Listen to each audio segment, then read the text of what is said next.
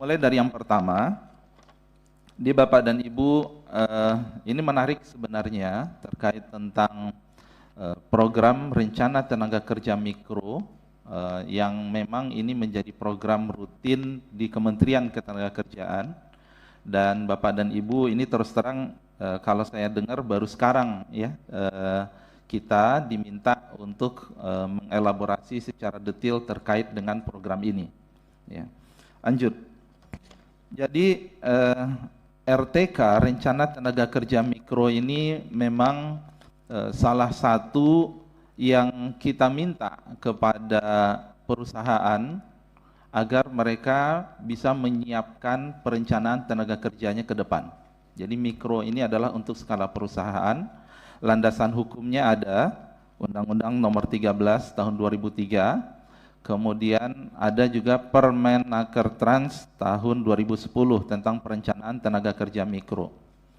Jadi tujuannya adalah meminta perusahaan untuk memetakan kebutuhan perencanaan SDM-nya ke depan dan agar perencanaannya itu terarah. Sehingga diharapkan ketika ada perencanaan, maka terjaminlah perlindungan SDM-nya, hubungan industrial yang harmonis, kesejahteraan, dan seterusnya. Dan pembagian peran pemerintah pusat itu menyusun yang disebut dengan Rencana Tenaga Kerja Nasional, RTKN, kemudian provinsi menyusun RTKD, dan perusahaan menyusun yang sifatnya mikro untuk level perusahaan masing-masing. Dalam bahasa manajemen itu yang disebut dengan manpower planning. Ya, jadi perencanaan ke depan kira-kira kebutuhan tenaga kerjanya seperti apa. Ini adalah gambaran next framework bagaimana suatu RTK mikro itu disusun. Ada dinamika internal perusahaan, kemudian ada dinamika ya, eksternal sampai global, kemudian mereka membuat sebuah proyeksi perencanaan tenaga kerjanya seperti apa ke depan. Dan ini nanti menjadi masukan untuk penyusunan rencana tenaga kerja daerah dan rencana tenaga kerja nasional. Jadi pendekatannya bottom up, dari sifatnya itu mikro sampai kemudian nanti menjadi makro, dan itu juga suatu proses iterasi sebenarnya. Bapak dan Ibu, memang next potret yang ada masih jauh ya. Inilah yang salah satu tantangan bagi kami, karena kewajiban untuk mengisi data terkait tentang rencana tenaga kerja ke depan itu sejalan dengan sistem pelaporan WLKP, wajib lapor perusahaan ya, yang kemudian kita minta kepada semua perusahaan yang ada. Saat ini memang rata-rata baru 5%.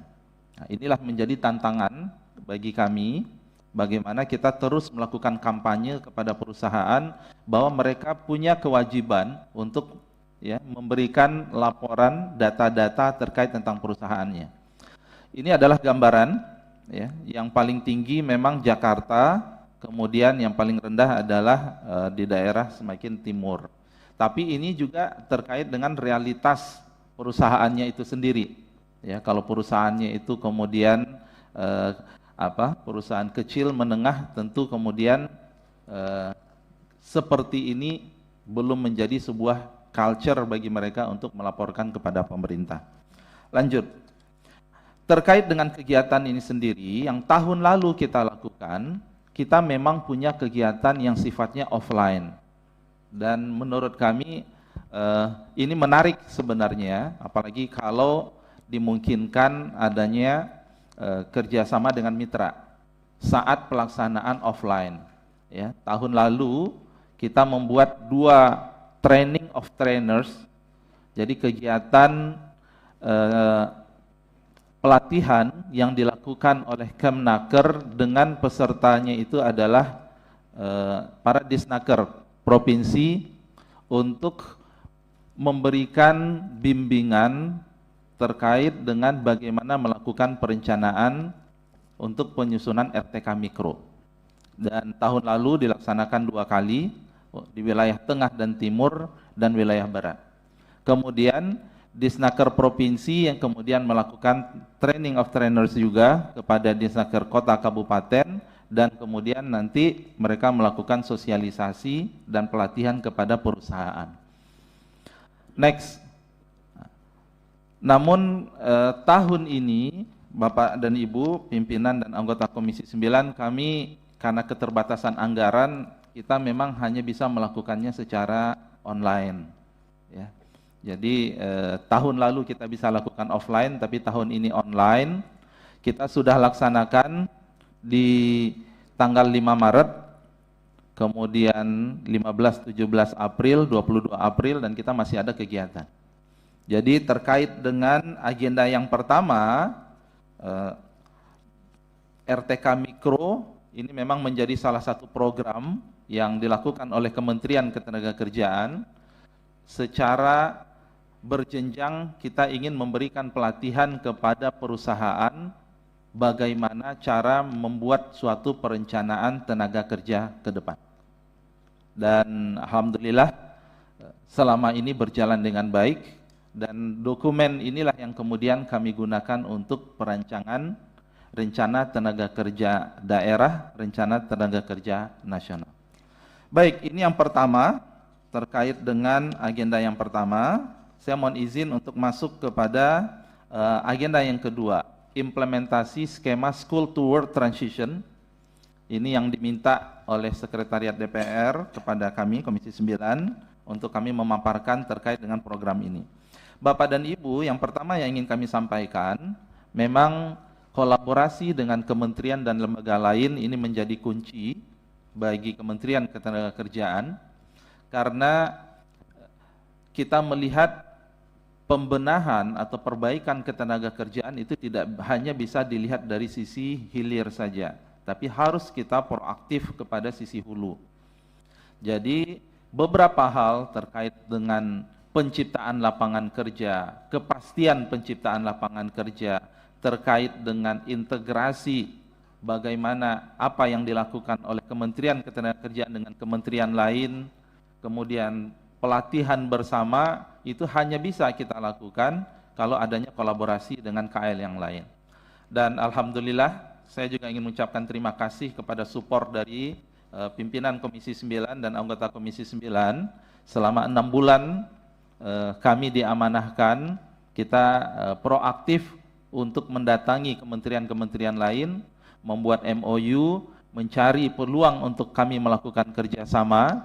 Ini contoh dengan BUMN terkait dengan produktivitas, Dikdasmen terkait dengan integrasi kurikulum SMK dengan BLK, UMKM kita ada pelatihan bersama, kemudian KKP kita mencoba mengeksplor penciptaan lapangan kerja di Kementerian Kelautan seperti apa, hal yang sama dengan Kementerian Kehutanan, Kementerian Pertanian, kemudian P2MI lebih kepada pemanfaatan fasilitas kami, karena ini adalah program pemerintah bersama, Komdigi terkait dengan pelatihan digital talent, Badan Gizi Nasional terkait juga tentang penciptaan lapangan kerja baru, termasuk juga kami menjalin kerjasama dengan luar negeri untuk peluang pengiriman tenaga magang yang sifatnya itu adalah skill worker. Dan ini semua adalah bagian dari upaya-upaya yang kita lakukan untuk menyelesaikan permasalahan ketenagakerjaan di Indonesia. Next, spesifik yang akan kita gulirkan dalam waktu dekat, kami melihat yang pertama, Bapak dan Ibu, program pelatihan yang kami lakukan selama ini dari Kemnaker itu variasinya sangat banyak, ya. Dari 300 balai latihan kerja yang kita miliki, kemudian masing-masing memiliki tema sendiri-sendiri yang memang sebagian sudah disesuaikan dengan kebutuhan lokal, tapi kami melihat untuk tahun ini kita perlu memutuskan fokus pelatihannya kemana. Sehingga kami menggabung itu semua dalam suatu skema yang kita sebut dengan program School to Work Transition. Apa itu? Program integrasi pelatihan dan pemagangan, di mana kami mencoba menjawab 3 pertanyaan dasar yang selama ini program-program pelatihan kami itu sifatnya scatter. Jadi yang pertama, kami ingin fokus bahwa kita harus ada konsentrasi pelatihan untuk skill set masa depan. Yang skill set ini bisa berkembang terus.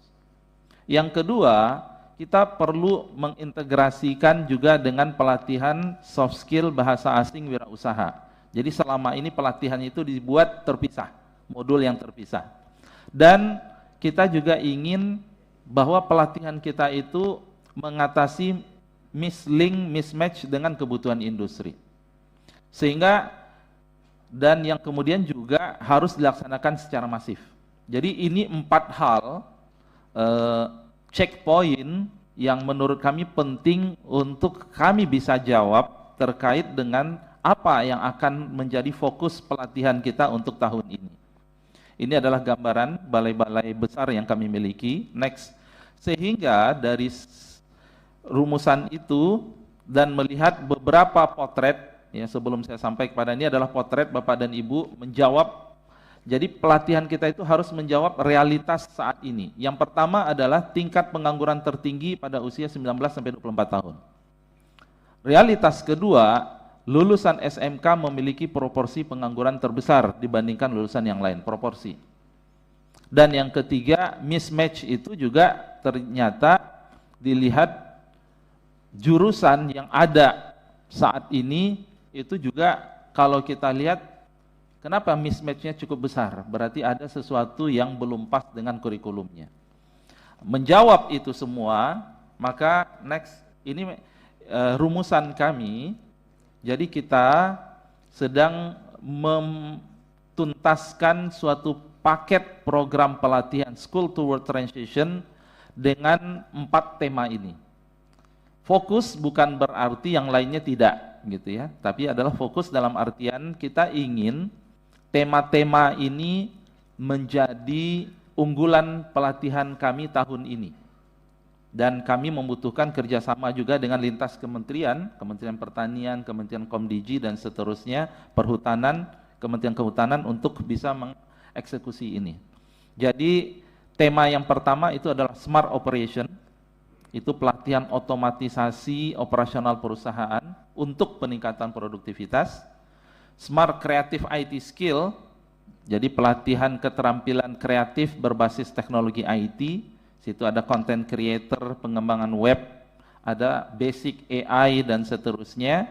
Agroforestry, pelatihan pemanfaatan hutan sosial, kita punya hutan sosial yang luas dan itu belum teroptimalkan, sehingga kita bisa manfaatkan itu lebih kepada pemanfaatan resource. Dan terakhir itu adalah pelatihan yang terkait dengan tuntutan kebutuhan green jobs ke depan.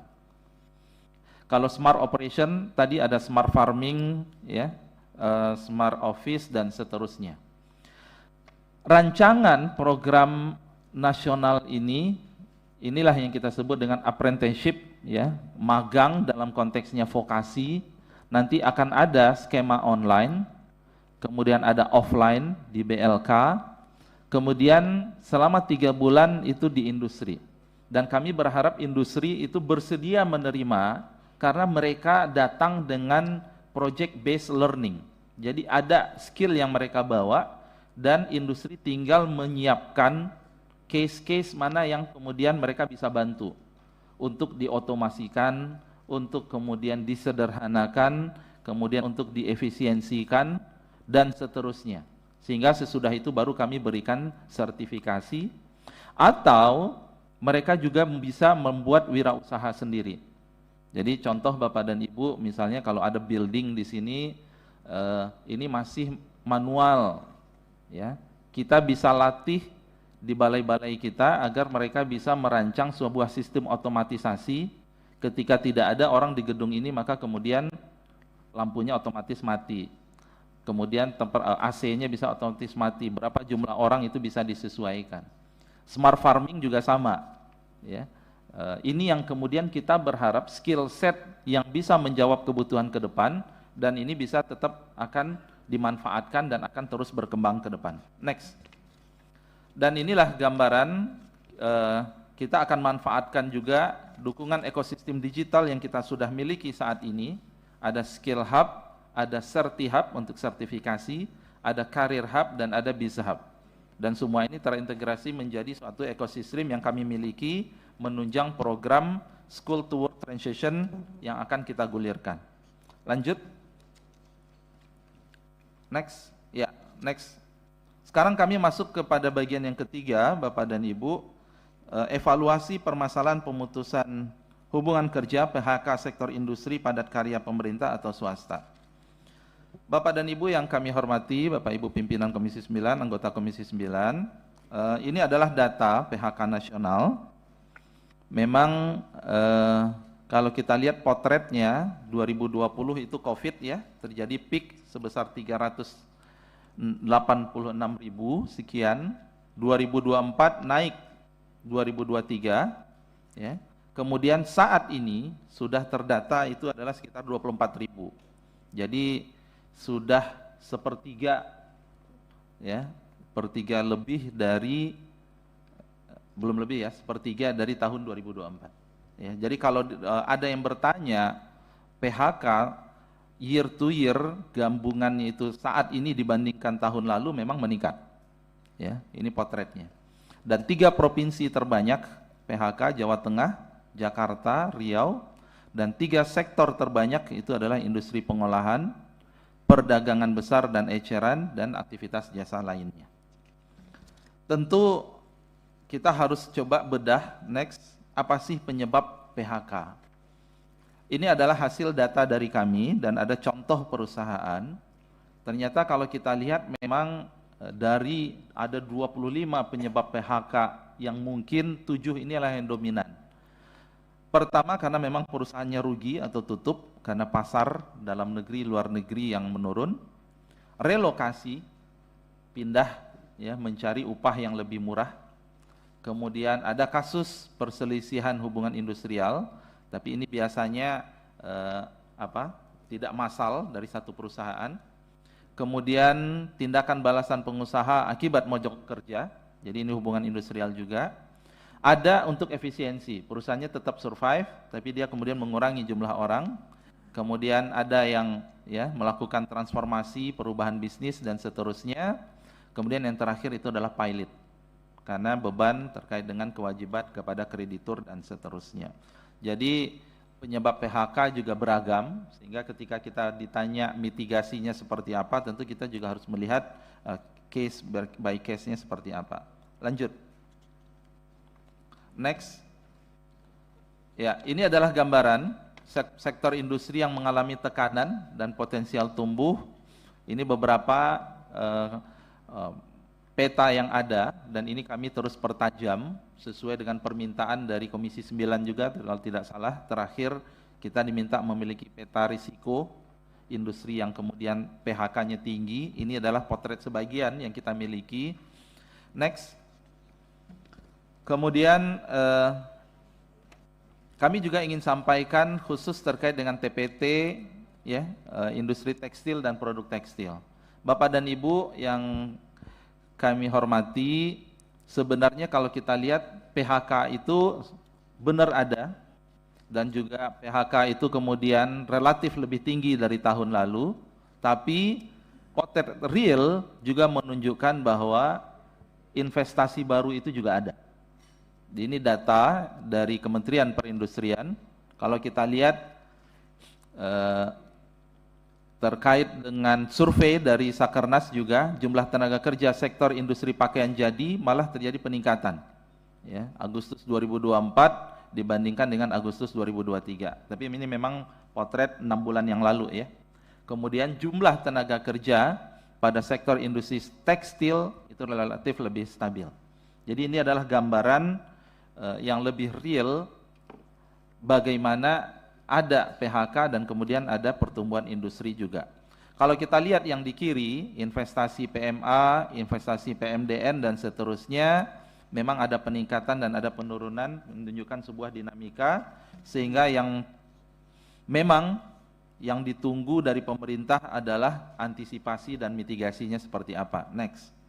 Yang pertama, terkait dengan langkah antisipasi dari pemerintah, ada beberapa poin yang kemudian itu langsung di bawah koordinasi Menko Perekonomian, itu terkait dengan kebijakan fiskal dan insentif pajak, stimulus ekonomi, dukungan restrukturisasi utang, proteksi industri dalam negeri, diversifikasi pasar dan ekspor, dan digitalisasi dan inovasi. Saya mohon izin tidak berpanjang lebar di sini, dan kemudian juga spesifik next untuk industri padat karya, ini kami juga ikut dalam rumusan di Kemenko bahwa ada fasilitas tax allowance, ada pembiayaan kredit investasi, ada insentif PPH pasal 21 dan bantuan iuran jaminan kecelakaan kerja di BPJS. Ini kita rumuskan di awal tahun 2025 dan alhamdulillah itu sudah jadi kebijakan, sebuah upaya kita untuk melindungi industri padat karya. Walaupun tentu kita melihat ini harus terus kita review dan harus terus kita sempurnakan. Dan terakhir, next, spesifik di bidang ketenagakerjaan, ini adalah upaya kami. Yang pertama, preventif, kita sedang membuat peta risiko PHK.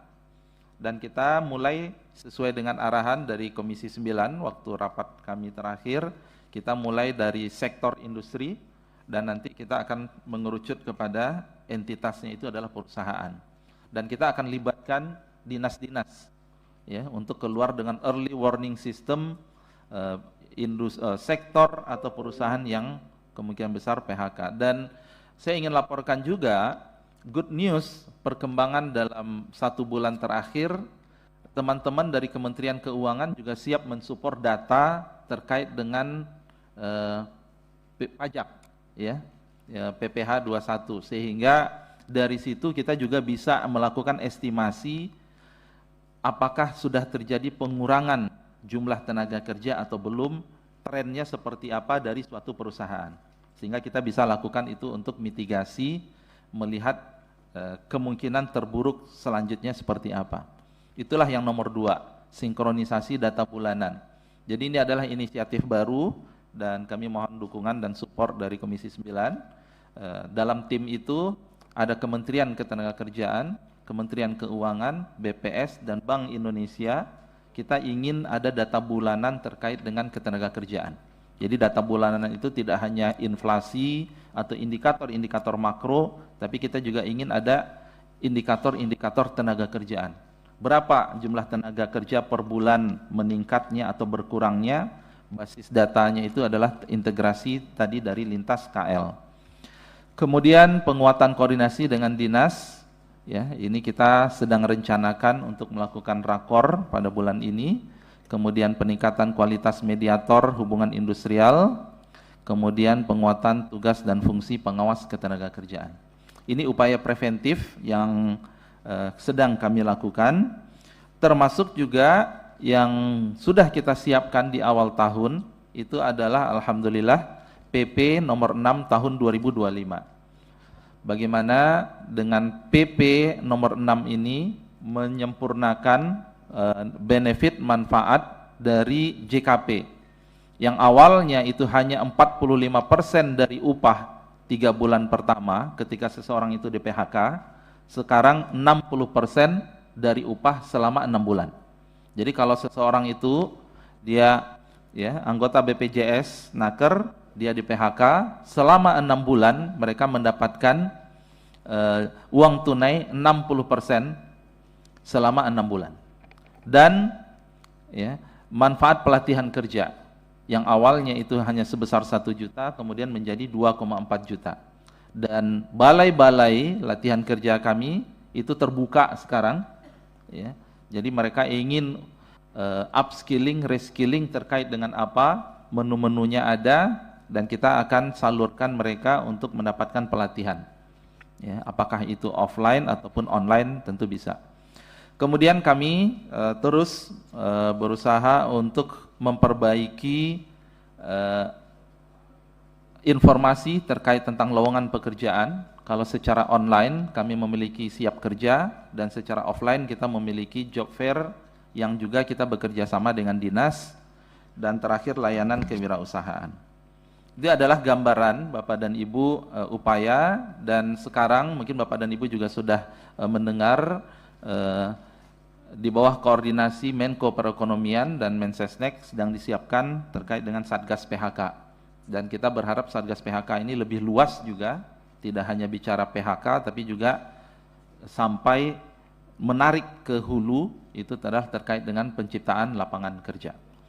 Lanjut, dan terakhir saya mohon izin untuk masuk ke agenda yang keempat terkait dengan program dan anggaran yang bersumber PHLN di Kemnaker. Jadi Bapak dan Ibu, mengapa agenda ini kami usulkan? Jadi kami mohon maaf karena ada suatu dinamika yang baru ya, bahwa untuk PHLN ternyata itu harus mendapatkan persetujuan. Ini adalah Undang-Undang 62 2004 tentang APBN tahun 2025, bahwa harus mendapatkan persetujuan dari alat kelengkapan DPR. Yang awalnya kami sudah siapkan sebagai rumah atau cangkangnya, ya, dan kemudian untuk itu top up-nya, untuk penambahannya sesuai dengan undang-undang, maka kami membutuhkan persetujuan dari Komisi 9. Kami sudah di anggaran kita yang sudah kita sepakati, yang sudah ditetapkan, yang sudah disetujui, itu ada project list draft sebagai cangkang sebesar 2 miliar dan pengembangan Balai Pelatihan Vokasi dan Produktivitas Banyuwangi sebesar 5 miliar. Itu awalnya memang untuk cangkangnya ya, untuk rumahnya dan untuk di top up pada tahun anggaran 2025 ini. Tapi karena tadi harus ada suatu mekanisme persetujuan, maka kesempatan ini kami gunakan untuk memanfaatkan dukungan dan support dari Komisi 9 terkait dengan rencana. Apa yang akan kami lakukan untuk project list draft, kita akan sampaikan detail. Itu ada butuh tambahan anggaran sebesar 117 miliar dan kemudian BPPP Banyuwangi sebesar 17 miliar. Saya mohon izin untuk menyampaikan yang pertama, project list draft. Jadi project list draft ini mulai dari tahun 2024 gitu ya, hingga tahun 2027 itu dengan nilai sebesar 2,2 T. Project ini dilatar belakangi kebutuhan sistem informasi pasar kerja. Jadi memang kalau kita lihat best practice dari luar negeri, Kementerian Ketenagakerjaan itu membutuhkan suatu platform labor market information system yang kuat. Jadi tidak ada lagi calo pungli terkait dengan penempatan kerja dan seterusnya. Jadi setiap orang bisa dengan mudah mencari info lowongan pekerjaan dalam sebuah platform, dan itu kita masih belum sampai ke sana. Kita harus terus memperbaiki, dan disinilah kemudian project list draft itu menjadi rasional latar belakang, dan ini adalah pinjaman dari World Bank. Jadi proyek ini latar belakangnya itu adalah ada terkait dengan Perpres, kemudian dan seterusnya, dan outputnya adalah sistem informasi pasar kerja yang handal, labor market observatory, public employment services, dan pelatihan kerja.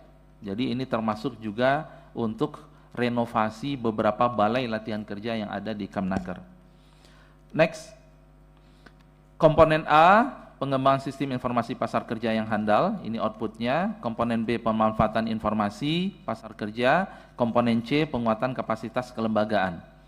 Ya, jadi akan ada juga penguatan kelembagaan, mulai dari pendirian project management unit dan seterusnya. Dan untuk tahun 2025, next, yang memang kami sudah alokasikan awal di Kemenkeu itu 2M. Ya, dan kita membutuhkan tambahan anggaran, ini adalah bantuan luar negeri, untuk rincian kegiatan sesuai dengan work plan yang sudah di-approve oleh Bank Dunia sebenarnya tahun 2024 yang lalu. Ya, jadi ada revitalisasi arsitektur sistem, kemudian adjustment peningkatan kemampuan, pengumpulan, dan seterusnya, ini sebesar 117 miliar. Ya, dibandingkan dengan anggaran Kemnaker yang 2,6 triliun sebenarnya ya lumayan sih ya untuk kita kemudian tambahannya. Kemudian kami izin yang kedua itu adalah proyek BPVP Banyuwangi. Ini adalah pinjaman dari Austria, ini juga sudah berjalan. Kalau tadi list draft dari 2024, kalau BPVP ini tahun 2023 sebenarnya. Jadi sudah kesepakatannya. Jadi pengembangan pelatihan vokasi di Banyuwangi untuk bidang welding. Jadi Bapak dan Ibu, welding ini kebutuhannya besar di luar negeri, ya, kebutuhannya besar, dan memang Banyuwangi dianggap sebagai salah satu nanti pusat untuk pelatihan excellent untuk welding, termasuk juga tourism, ya. Kemudian skema yang waktu itu disepakati tahun 2023, pinjaman itu untuk 4 komponen utama: pengadaan peralatan pelatihan, pembangunan gedung, training services, dan asistensi oleh expert dari Austria. Alokasi awal yang sudah kita taruh di anggaran Kemnaker 5,4. Kemudian kita membutuhkan tambahan 17 miliar untuk tambahan anggaran untuk training services, asistensi, dan dukungan teknis. Next. Dan ini adalah beberapa dokumentasi, karena tadi sudah jalan dari 2023 ya, jadi sudah ada pembangunan gedungnya. Ini adalah sebagai laporan juga, gedung pariwisata untuk pengelasan. Next, lanjut, ya, lanjut. Dan tahun ini kita butuh untuk program sebenarnya. Jadi mulai melakukan program pelatihan dan asistensinya, ya. Ini sudah ada training of trainers, program pariwisata, training of trainers untuk program pengelasan yang dilakukan tahun lalu sebenarnya. Baik, terakhir ya, itu yang bisa kami sampaikan. Ya, Bu Pimpinan Sidang, Bapak dan Ibu Pimpinan Komisi 9, Bapak Ibu anggota, dan kami dari Kementerian Ketenagakerjaan mohon dukungan dari anggota Komisi 9 DPR RI yang terhormat atas kebutuhan penambahan pagu pinjaman luar negeri Kemnaker tahun 2025 untuk pelaksanaan list draft dan pengembangan BPVP Banyuwangi tadi. Demikian yang bisa kami sampaikan, mohon maaf agak lebih dari 20 menit. Terima kasih. Assalamualaikum warahmatullahi wabarakatuh.